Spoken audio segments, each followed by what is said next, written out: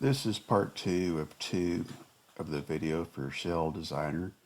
It can be found at woodshells.com.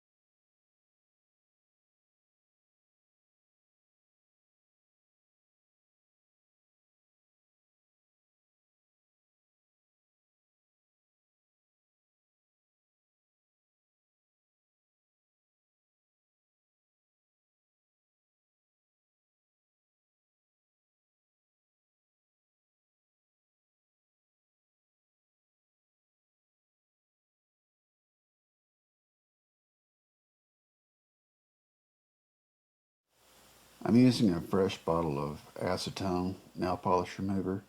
It's important to use a fresh bottle because if it's old, it can be weak from absorbing moisture from the air.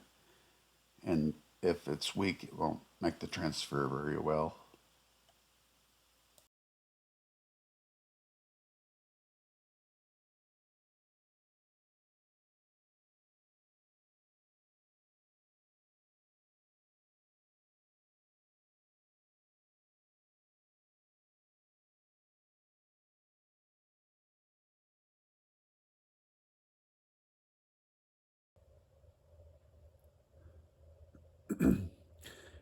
The pattern just produces folds, of course, and this dashed dot line down the middle is the axis along which it's folded. And this dotted line is a mirror image almost of this over here. It's a projection of the line work that's on the bottom side of the wedge as you're cutting it, projected onto the top. And so it takes into account the wedge angle. So where you want to cut, there's too many lines on here. You know, it could be simplified, but it draws them, and I don't know how to make it not do that. But what you want to do is on the outside, you want to cut along the outermost line, which in this case is going to be the dotted line, I guess, for the most part. And it just continues onto the tip. Want to cut that off right there so that this area in here, it's too fine to try to cut that to shape. So I'm just going to make that end a cylinder, and after it's all put together, then I'll carve it down to a point. On the inside, I want to do the same thing. I want to cut along the innermost line, and that's going to be this path I'm highlighting in blue. And that way you won't cut into wood that you're not supposed to cut. So, and the rest of this line work, you can just ignore that. It's just going to be the outside profile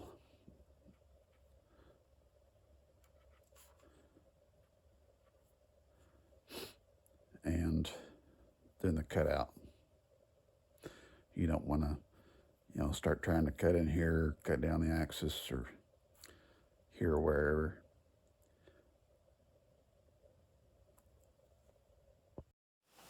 Here's some more good news. If you're cutting these patterns out with a scroll saw, you can use either a spiral blade or you can use a flat blade. And another bonus is that the blade is square to the table. You don't have to have some odd angle and try to finagle it that way. It's just a vertical blade, of your choice.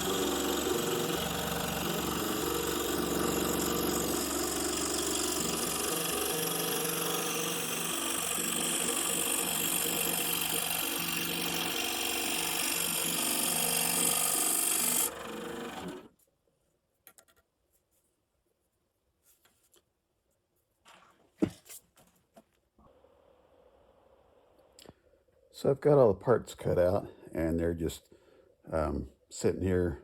None of them are glued yet in two halves. I've got them numbered. The numbers that were on the prints transferred those numbers to the edge of the shell because when we're gluing them together, might do a little bit of sanding on those joints to get them good and flat before gluing them, and don't want the numbers to come off and make any mistakes on which one's which. So I'm gonna go ahead and take the first two, 1 and 2,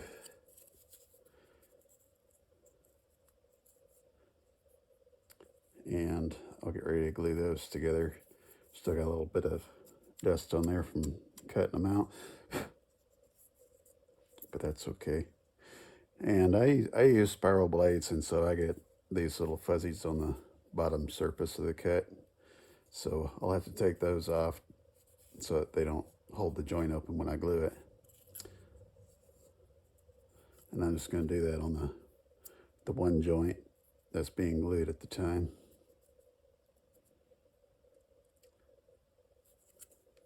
So that was the top surface, so this is the surface to sand. Fuzzies off of.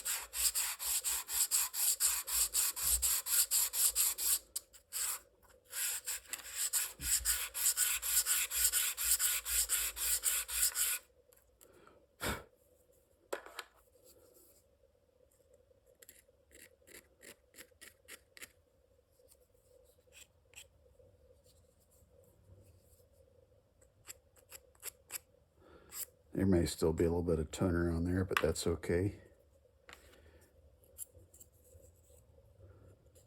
That's going to go together like this. And want to make sure that the ends are lined up. You don't want those shifted along their length. So take a piece of tape. Going to make a hinge.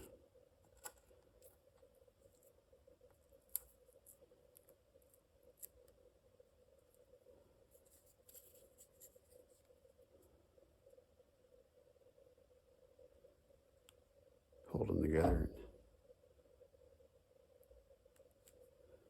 Put the hinge on.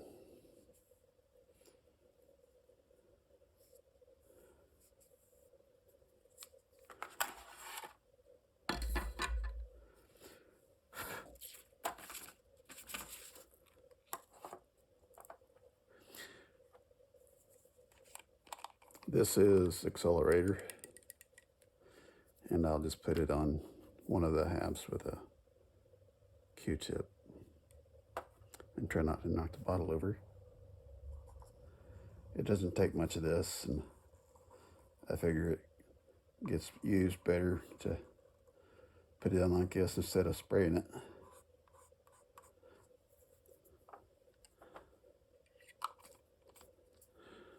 And then on the other side, CA glue.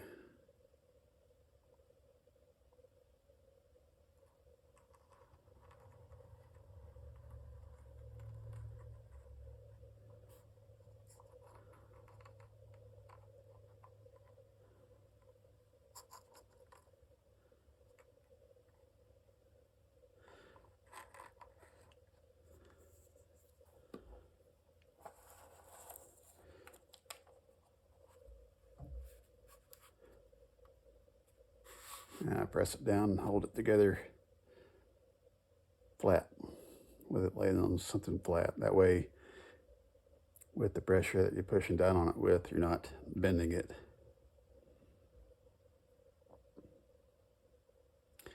And that's, with that accelerator, that's stuck just in a second or two. And then I'll move on to the next ones. 3 and 4, do the same. And I'll continue and get everything put together into groups of 4. And then I'll assemble those groups of 4 into 2 halves. And then after that, I will go through the process of flattening the joints on for the halves and put it together. Also, while it's in groups of 4, that's a good time to smooth the interior as you go while it's, easy to reach. Because once you put them on, a bunch of them together, you can't get inside it very easily, and you want it to be smooth at least as far in as you can reach. So we'll move on to the next part.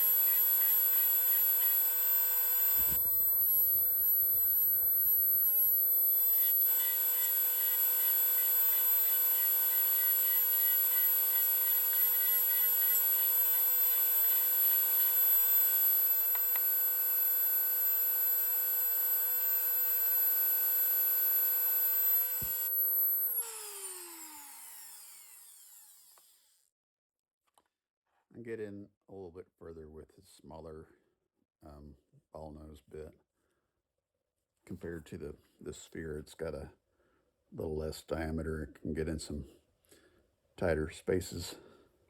But as far as carving burrs, that's about the smallest one I have in a saber-tooth whisper.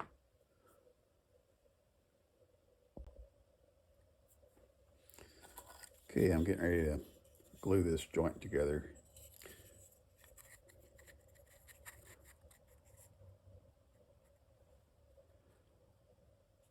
I want to make sure that my edges, the sharp edge of the wedges or segments now, make sure those line up the best I can get it. And I'm going to put some accelerator on one half and glue on the other.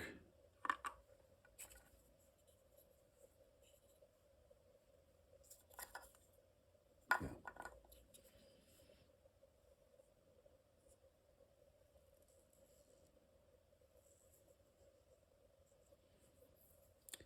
This is a whole lot easier than using wood glue because wood glue obviously takes longer to set up, and also when you clamp it, you're putting a lot of pressure on it with the clamps, and that can lead to warping if it's got any twist to it or anything like that. But here we just hold it down against a flat surface. Now this takes a lot of concentration. This is kind of a critical step because that glue sets up just almost too fast.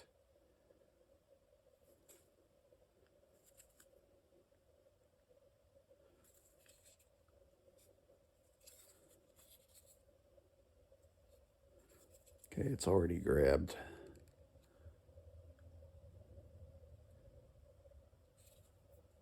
These come to a point real nice. And so do these, and they look a lot better after it's cut down with a router.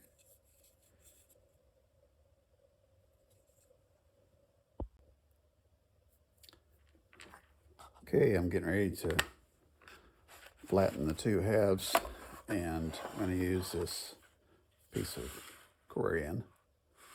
It's a 1/2 inch thick, and it's nice and flat. And if I happen to bump into this with a router bit, it won't hurt the bit. So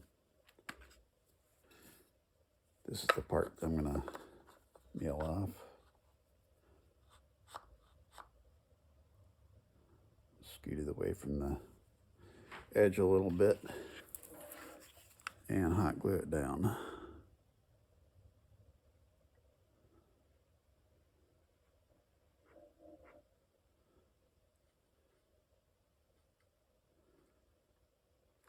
And let that sit.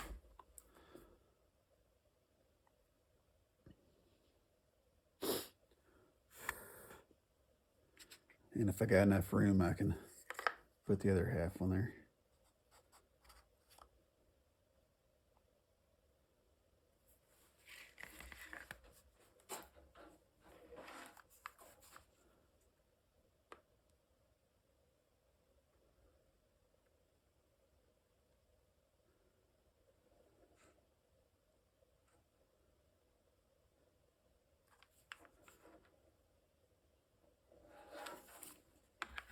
Let that sit, and it should be good.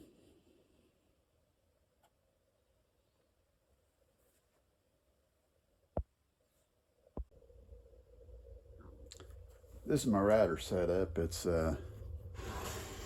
nothing fancy.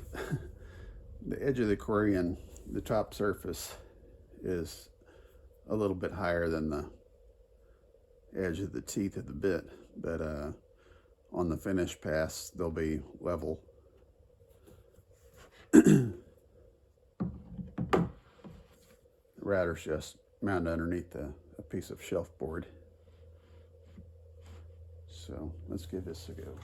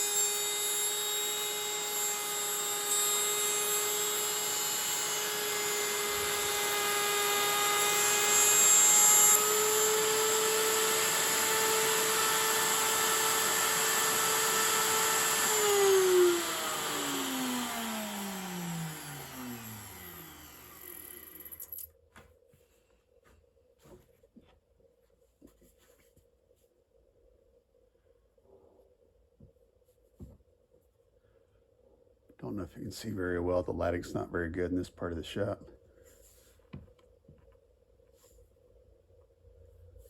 But over here, it didn't touch right there. There's still some part of the print, but I expected it to have more takeoff near the axis of the shell.